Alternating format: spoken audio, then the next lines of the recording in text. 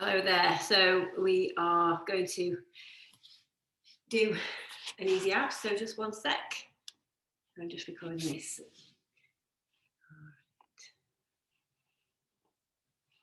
Okay, so we're going to do a very nice 15-minute easy abs session, or easy-ish. Just sort of move this down so you can see the mat. So just doing this as a 15-minute session because it's really a lot more easy, a lot more convenient to fit in small bursts of exercise. And if you just target one area of the body, that can be really effective. So we're going to start off on our backs. So if you not doing a warm up on this, so just really to give you an idea of some of the exercises, you can do your own little warm up if you decide to follow this again and watch the recordings. Okay, so we're going to lie on our back. So you can get yourself a mat. I'm going to take my socks off. And basically, we're going to just lie, and your knees and your feet are going to be hip distance apart, hands flat on the floor. And to start off with, we're going to just have our hands up, so no weight needed, and your knees are going to be up. So you're thinking that these are in like a 90 degrees, and you're going to push your back. See how my back's arched off the floor here? You want to really push that back firmly into the floor. And that's going to mean that you feel your hips and your ribs squeeze close together like a book. That's your abs being engaged. You pat your back, if you bang your stomach like you're going to punch into it, that's going to feel really solid, and that's the feeling that you want to get all the way through the exercise, this one and all of the other ones. So that's really key part of having that control through your stomach.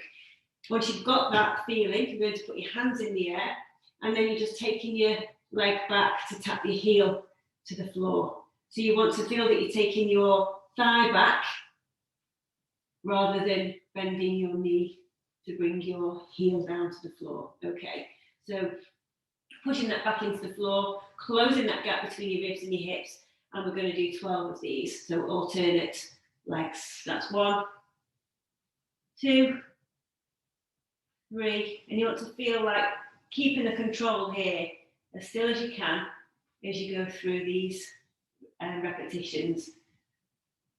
So 7 and 8 and 9 and 10 and 11, last one, and 12, and then you can put your feet down. Okay, you can grab a little dumbbell if you have one. So this is going to be just a standard like a little sit-up, a little crunch. So for this, weights behind your head, feet the same as the previous exercise, and again, this arching your back, you need to push into the floor, feel your ribs and your hips closing, keeping that position, especially when your hands are over your head. When your hands are over your head, it's quite easy to feel that your chest expands, but you want to keep that closed feeling. Grab your weight behind you, and then you're going to just pull that up towards your middle of your thighs as a little sit-up and go back. And then keeping all this engaged all the way through, the same as before. So let's do 12 of these. 1 and 2 and 3, 4, 5. Keep breathing as well, keep that back in the floor and those abs engaged at the front. So 7, 8, 9, 10, 11, last one, and 12, and then you can put your little weight back, and then you can sit up. Okay, so now we're going to start working across. So there's a few different things to think about when you're working out your stomach. Some exercises, like the one that we've just done, tends to feel it more on the higher part of your abdomen. Toe taps is pretty even. We want exercises that are going to target the lower portion of our abs, and we also want ones that are going to work diagonally, okay, working into the sides and the obliques and working the muscles in different directions. So that's what we're going to do with this next one. This is a bit like an ab bikes that you've probably done before, but we're just going to keep it nice and simple. And again, you're pushing your back into the floor, getting that connection between your ribs and your hips, so this is really nice and solid. And your hands go behind your head to support your neck, and you're bringing your elbow towards the opposite knee, and then swapping sides. So with this now, we're working in a cross diagonally across our muscles, okay? So when you're ready, we'll do 12 of those. So that's 1, and 2, and 3, and 4, and 5, 6, 7, 8, keep that back in the floor, 9, 10, 11, last one, and 12, and then rest. Okay, what's next up? So we'll go on to our side now. So again, we're now working very much into the side of our obliques. And for this, you're going to come up on your elbow. You're into the side of, just change my screen. And elbow into here, feet stacked, hands above your head, and you push it up. Okay, so as you push up, you're going to feel a contraction here. You're in a nice straight line. If you look down, your ankles, your hips, and your shoulders are all in line. You're not hunched into your shoulder, you're pushed out to keep all this nice and free. And that's the movement, lifting up on each side. So when you're ready, let's go. So we'll do 12 on each side. 1, 2, so really squeeze here. 4, 5, 6, 7, so need more movement, 8, 9, 10, 11, and 12, and then we're going on to the side.